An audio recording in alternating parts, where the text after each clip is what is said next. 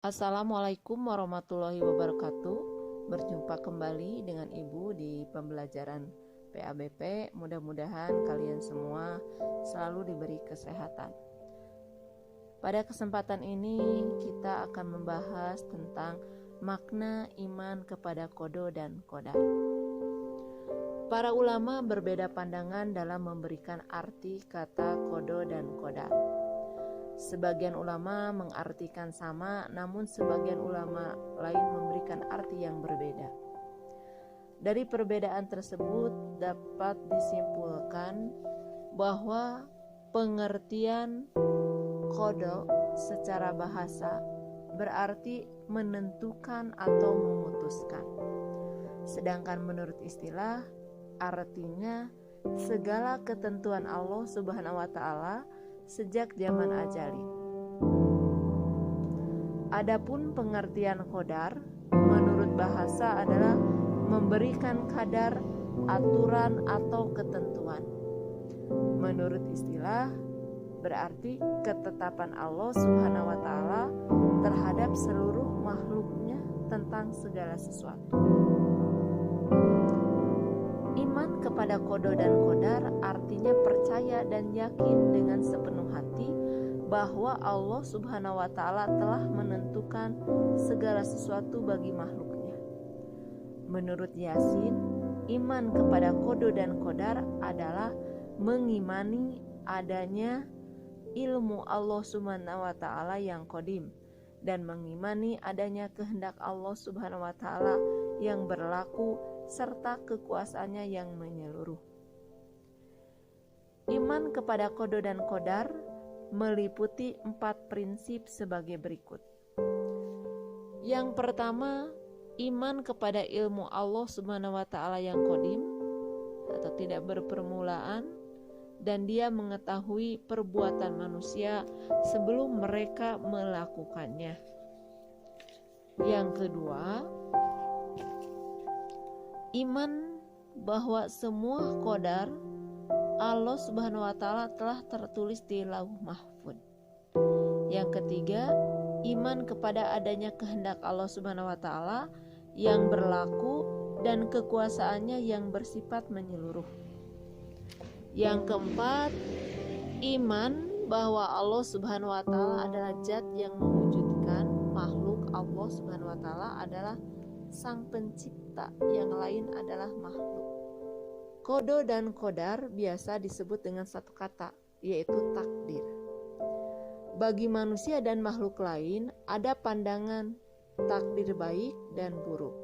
Tetapi dalam pandangan Allah Subhanahu wa taala semua takdir itu baik, karena keburukan tidak dinisbatkan kepada Allah Subhanahu wa taala.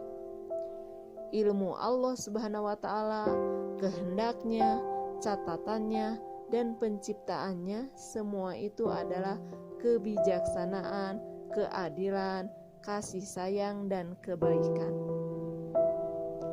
Keburukan bukanlah sifat Allah Subhanahu wa taala dan bukan pula pekerjaannya. Kalian boleh memperhatikan Quran surat Yunus, surat yang ke-10 ayat 44. Di sana dikatakan, sesungguhnya Allah Subhanahu wa taala tidak berbuat zalim kepada manusia sedikit pun, akan tetapi manusia itulah yang berbuat zalim kepada dirinya sendiri. Dalil-dalil tentang qada dan qadar. Allah Subhanahu wa taala menjelaskan tentang qada dan qadar melalui firman-firman-Nya dan juga dalam beberapa hadis Rasulullah Sallallahu Alaihi Wasallam.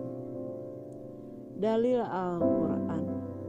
Yang pertama, Quran surat Al-Qamar ayat 49. Yang kedua, Quran surat Al-Hadid ayat 22. Yang ketiga, Quran surat Al-Isra ayat 13. Dan yang keempat, surat At-Taghabun ayat 11. Surat Al-Qamar ayat 49. Artinya, sesungguhnya kami menciptakan segala sesuatu menurut ukuran atau takdir.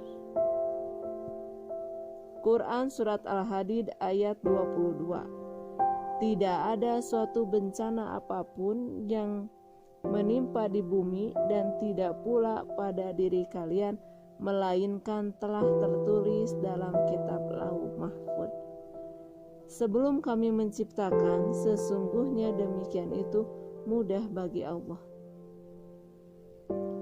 Quran Surat Al-Isra ayat 13. Dan tiap-tiap manusia telah kami terapkan amal perbuatan sebagaimana tetapnya kalung pada lehernya. Yang keempat, surat At-Taghabun ayat 11. Di sana dikatakan, tidak ada sesuatu musibah pun yang menimpa seseorang kecuali dengan izin Allah. Dalil As-Sunnah. Salah satu dalil As-Sunnah atau hadis Rasulullah tentang qada dan qadar yaitu, sesungguhnya seseorang itu diciptakan dalam perut ibunya selama 40 hari dalam bentuk nutfah, 40 hari menjadi segumpal darah, 40 hari menjadi segumpal daging. Kemudian Allah Subhanahu wa Ta'ala mengutus malaikat untuk meniupkan ruh ke dalamnya dan menuliskan 4 ketentuan, yaitu tentang rezekinya, ajalnya, amal perbuatannya, dan jalan hidupnya, sengsara atau bahagia. Hadis riwayat Al-Bukhari dan Muslim. Dari hadis di atas dapat diketahui bahwa nasib manusia telah ditentukan qada dan qadarnya oleh Allah Subhanahu wa Ta'ala sejak sebelum ia dilahirkan. Walaupun setiap manusia telah ditentukan nasibnya, tidak berarti bahwa manusia hanya tinggal diam menunggu nasib tanpa berusaha dan ikhtiar, tapi manusia tetap berkewajiban untuk berusaha, sebab keberhasilan tidak datang dengan sendirinya. Kewajiban beriman kepada qada dan qadar. Sebagai seorang yang beriman, kita harus rela menerima segala ketentuan Allah Subhanahu wa Ta'ala atas diri kita. Di dalam sebuah hadis qudsi, Allah Subhanahu wa Ta'ala berfirman, yang artinya, siapa yang tidak ridho dengan qadaku dan qadarku dan tidak sabar terhadap bencanaku yang aku timpakan atasnya, maka hendaklah mencari Tuhan selain aku. Hadis riwayat At-Tabrani. Takdir Allah Subhanahu wa Ta'ala merupakan iradah atau kehendak Allah Subhanahu wa Ta'ala. Oleh sebab itu, takdir tidak selalu sesuai dengan keinginan kita. Tatkala takdir sesuai dengan keinginan kita, hendaklah kita bersyukur, karena hal itu merupakan nikmat yang diberikan Allah Subhanahu wa Ta'ala kepada kita. Ketika takdir yang kita alami tidak menyenangkan atau merupakan musibah, maka hendaklah kita terima dengan sabar dan ikhlas. Kita harus yakin bahwa di balik musibah itu ada hikmah yang terkadang kita belum mengetahuinya. Allah Subhanahu wa Ta'ala Maha mengetahui atas apa yang diperbuatnya.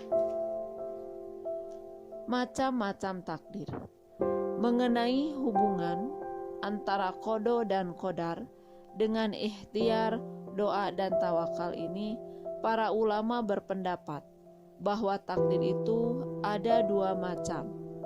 Di antaranya yang pertama takdir mu'alaq, yang kedua takdir mubram. Takdir mu'alaq adalah takdir yang erat kaitannya dengan ikhtiar manusia.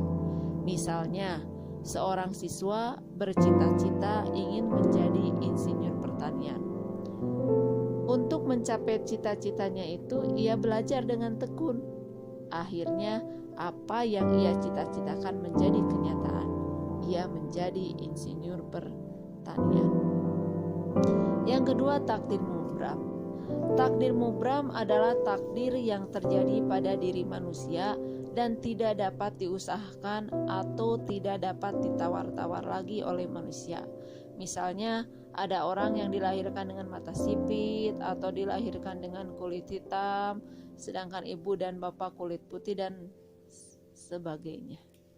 Mungkin itu saja yang dapat Ibu sampaikan pada materi PABP hari ini. Semoga bermanfaat dan sampai jumpa lagi di pembelajaran PABP selanjutnya. Terima kasih. Wassalamualaikum warahmatullahi wabarakatuh.